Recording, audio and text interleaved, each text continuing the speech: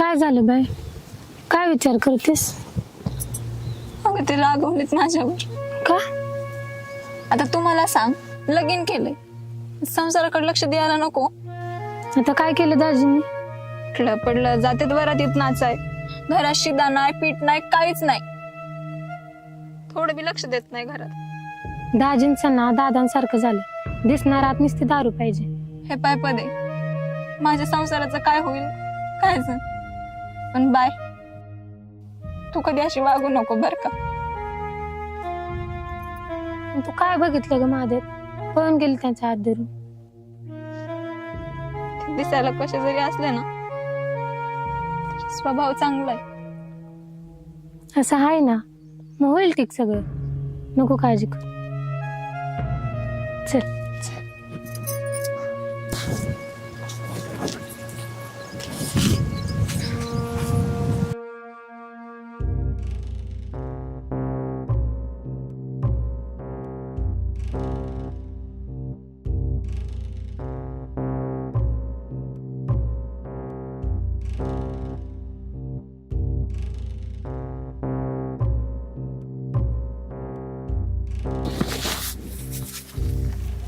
का रे बा? त्या चंद्री आहे ना माझ्यावर रागावलाय.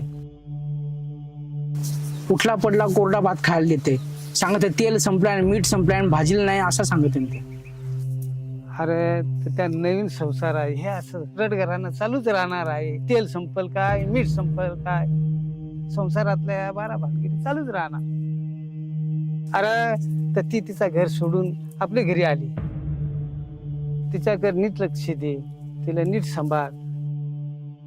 तू धडाधाकडा आहेस, कामाला जाय कुठेतरी.